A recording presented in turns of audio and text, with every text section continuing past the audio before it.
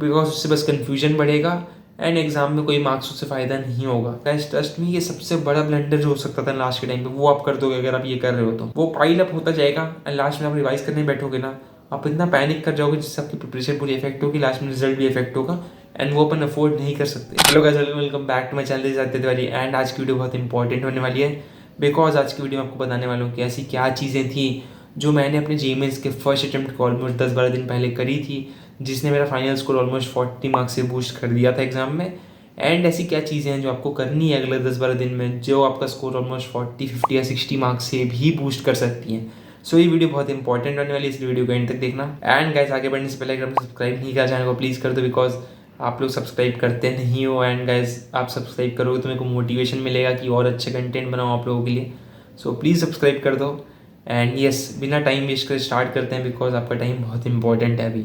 So let's start. So guys, सबसे पहली चीज़ जो आपको दिमाग में रखनी है वो ये है कि आपको भी लास्ट के दिनों में कुछ भी नया टॉपिक को हाथ बिल्कुल नहीं लगाना है। गाइस, आई नो आप लोग बोल रहे हो यार मेरा 60% सिलेबस हुआ है, 70% ही सिलेबस हुआ है या 40% ही सिलेबस हुआ है, मैं बस कुछ एक्स्ट्रा टाइम है मैं नया टॉपिक पढ़ लेता हूँ, उससे कुछ एक्स्ट्रा मार्क्स आ जाएंगे मेरे एग्जाम में। गाइस ट्रस्ट मी, आप अभी जो भी टॉपिक पढ़ोगे ना उससे क्वेश्चन सॉल्व करोगे बाद में जाके एग्जाम में जो भी क्वेश्चन उससे आता है ना, मैक्सिमम प्रोबेबिलिटी यही रहेगी कि आपसे वो क्वेश्चन नहीं बनेगा। सो इसीलिए अभी टाइम वेस्ट बिल्कुल मत करो कोई नए चैप्टर के ऊपर। जितना आप पहले से आपने पढ़ रखा है ना उसके रिवीजन पे ध्यान दो।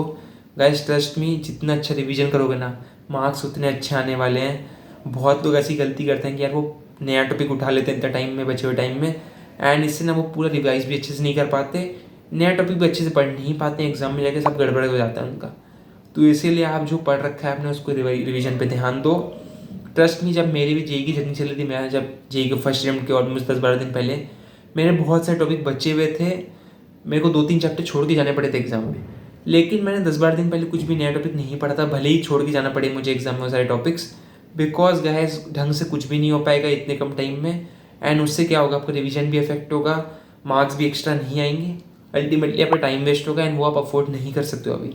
सो जो पढ़ रखा है उसकी रिवीजन पे ध्यान दो, नया पढ़ने का बिल्कुल कोशिश मत करना भी कुछ भी, बिकॉज उससे बस कन्फ्यूजन बढ़ेगा एंड एग्जाम में कोई मार्क्स उससे फ़ायदा नहीं होगा। सो रिवीजन पे ध्यान दो एंड ये चीज़ आप दिमाग में रखो। सो क्या सेकंड चीज़ जो आपको दिमाग में रखनी है वो ये है कि आप जो भी मॉक टेस्ट अभी दे रहे हो उसको आपको प्रॉपरली एनालाइज करना है। उसके लिए तो आपको सबसे पहले मॉक टेस्ट बहुत रेगुलरली देने पड़ेंगे। अब बोलो भाई रेगुलरली का मतलब क्या होता है? सो गाइस देखो, अभी आपको हफ्ते में 2 दिन मॉक टेस्ट देने ही देने हैं। वेडनेसडे एंड संडे 2 दिन उठा लें, उस दिन मॉक टेस्ट आपको देने हैं एंड वो मॉक टेस्ट को अच्छे से एनालाइज भी करना है। अब बोलो भाई एनालाइज कैसे करते हैं?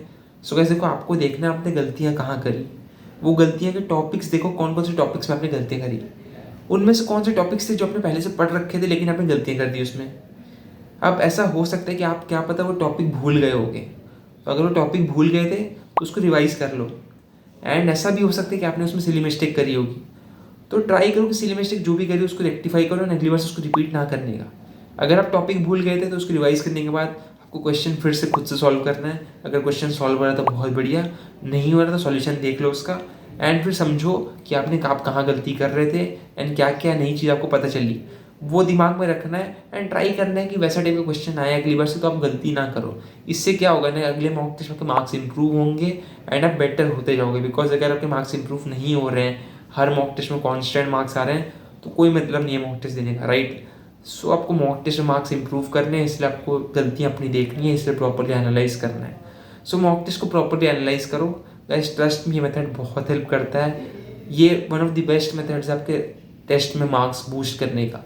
मैं भी अपने टाइम में ये गलतियाँ देखता था, रेक्टिफाई करता था वो गलतियों को, टॉपिक भूल जाता तो रिवाइज करता था, इससे मेरे हर मॉक टेस्ट मार्क्स इंक्रीज होते थे एंड में फर्स्ट अटेम्प्ट में 19 में स्टेट प्लस आ गई थी। सो गाइस ये मेथड बहुत हेल्पफुल है, इसको अभी से इम्प्लीमेंट करो एंड आप खुद देखोगे 2 हफ्ते में आपका क्या जादू होता है, एग्जाम में आप मचा के आओगे। सो ये चीज़ आपको दिमाग में रखनी है। तो गाइस नेक्स्ट चीज़ आपको दिमाग में रखनी है वो ये है कि आपको भी लास्ट के टाइम पे पूरा फोकस PYQs पे देना है, किसी और बुक पे बिल्कुल फोकस मत देना क्वेश्चन सॉल्विंग के लिए। गाइस ट्रस्ट मी, लास्ट के टाइम पे ऐसे बहुत लोग होते हैं जो यार दुनिया भर की बुक उठा लेते हैं एंड करने बैठ जाते हैं। गाइस ट्रस्ट मी, ये सबसे बड़ा ब्लंडर जो हो सकता था लास्ट के टाइम पे वो आप कर दोगे अगर आप ये कर रहे हो तो ये बिल्कुल अवॉइड करना है। इससे क्या होगा ना यार कि आप वो सब बुक करोगे, कुछ टफ क्वेश्चन दिख गया तो आपको डिमोटिवेशन हो जाएगा, उससे पूरी प्रिपरेशन इफेक्ट होगी, लास्ट में मार्क्स भी आपके कम हो जाएंगे। सो ये गलती बिल्कुल नहीं करनी है, पूरा फोकस PYQs पर दो, ट्राई करो PYQs को ही 2 से 3 बार लगाने का। इससे क्या होगा ना, आप जब एग्ज़ाम देने जाओगे तो उसमें आप देखोगे बहुत सारे क्वेश्चन रिपीट होते हैं, फॉर्मेट एकदम बिल्कुल रिपीट हो जाता है, सेम टाइप के क्वेश्चन आ जाते हैं। जब सेम टाइप के क्वेश्चन आएंगे आपको एक बार भी सोचने की ज़रूरत नहीं पड़ेगी कि यार इसको कैसे करना है। आपको सीधा दिमाग में स्ट्राइक करेगा कि मैंने ऐसा क्वेश्चन कर रखा है। आप जल्दी क्वेश्चन सॉल्व करोगे एंड आप कंपटीटर से आगे जाओगे। सो ये चीज़ आपको दिमाग में रखनी है। मैंने खुद अपने लास्ट के टाइम पे बस PYQs पे फोकस करा था लास्ट के 10-12 दिन में, and guys trust me it work like magic. Because ऐसा बहुत सारे क्वेश्चन थे जो सेम टाइप के आ गए थे, मेरे को सोचने की बिल्कुल ज़रूरत नहीं पड़ी थी कि क्वेश्चन कैसे करना है। मेरे को पता था कैसे करना है क्वेश्चन, मैं जल्दी करता, मैंने बहुत सारा टाइम बचाया था अपने हर सब्जेक्ट में। सर ये चीज़ इंपॉर्टेंट है कि यार आपको ये पूरा फोकस PYQs पे देना है, किसी और बुक के क्वेश्चन में बिल्कुल फोकस मत दो। वो आपको कुछ नहीं करने वाले, बस डिमोटिवेट करेंगे। बिकॉज उसमें बहुत सारे क्वेश्चन ऐसे रहेंगे जो टफ रहेंगे, वो आपसे सॉल्व नहीं होंगे, एंड पूरी प्रिपरेशन आपकी इफेक्ट होगी, लास्ट में मार्क्स भी इफेक्ट होंगे। सो ये चीज़ दिमाग में रखनी है एंड ये बिल्कुल अवॉइड करनी है। सो गाइस नेक्स्ट चीज़ आपको दिमाग में रखनी है वो ये है कि आपको रोज़ सुबह सो को उठने के बाद 30 to 45 मिनट्स देने हैं इनऑर्गेनिक केमिस्ट्री रिवाइज करने के लिए। गाइस ट्रस्ट में बहुत इंपॉर्टेंट चीज़ है, बिकॉज यार इनऑर्गेनिक केमिस्ट्री का ऐसा सब्जेक्ट है जिसमें एट अ गिवन पॉइंट आपको बहुत सारी चीज़ें याद रखनी पड़ती है, एंड वो नेक्स्ट इम्पॉसिबल हो जाता है एक बार पढ़ने के बाद इतनी सारी चीज़ें याद रखना दिमाग में। सो आपको टाइम रिवीजन देना इस सब्जेक्ट में इंपॉर्टेंट है। आप बोलोगे भैया यार मैं रोज़ रिवाइज ना करके लास्ट में एक बार रिवाइज करूँ तो कुछ दिक्कत है क्या? गाइस आप खुद सोचो, आप लास्ट में अगर रिवाइज करोगे तो आप बहुत सारी चीज़ें भूल चुके होगे, वो पाइल अप होता जाएगा, एंड लास्ट में आप रिवाइज करने बैठोगे ना, आप इतना पैनिक कर जाओगे जिससे आपकी प्रिपरेशन पूरी इफेक्ट होगी, लास्ट में रिजल्ट भी इफेक्ट होगा, एंड वो अपन अफोर्ड नहीं कर सकते। अपने को लास्ट में चिल रहना ताकि अपन मोटिवेटेड रहें, अपना रिजल्ट बेस्ट आए। तो अपने को क्या करना है, रोज़ 35 to 40 मिनट्स निकाल के रिवाइज करना है इनऑर्गेनिक केमिस्ट्री को। गाइस ट्रस्ट मी बहुत हेल्प करेगा ये, बिकॉज लास्ट में आपका टाइम बच रहा होगा, आपको बहुत सारी चीज़ें याद रहेंगी, एंड आप मोटिवेटेड रहोगे यार मेरे को सब कुछ आता है, मैं अच्छा परफॉर्म करूंगा एग्जाम में, उससे ट्रस्ट में बहुत अच्छे मार्क्स आएंगे एग्जाम में। गाइस ट्रस्ट में जब मेरी भी GMS के फर्स्ट शिफ्ट में लास्ट के 10-12 दिन बचे थे ना, मैं रोज़ यही करता था, मैं रोज़ 35 to 40 मिनट्स निकालता था एंड उसमें इनऑर्गेनिक केमिस्ट्री रिवाइज करता था। Guys it work like magic, because last में मेरे को बहुत सारी चीज़ें पहले से याद थी, मेरे को रिविजन में कम टाइम देना पड़ा, एंड लास्ट में मेरे को बहुत सारा मोटिवेशन भी आ गया, बिकॉज मुझे लगा मेरे को बहुत सारी चीज़ें पहले से आती हैं।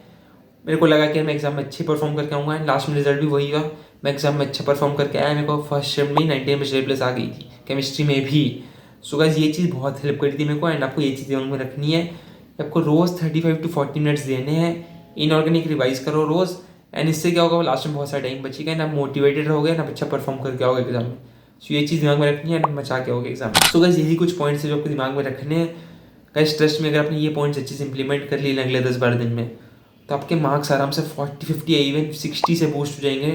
ट्रस्ट मी ये मेरी गारंटी है। एंड गाइस रिजल्ट के बारे में बिल्कुल नहीं सोचना है, वो आपके कंट्रोल में बिल्कुल नहीं होता है। So focus only on those things which you can control.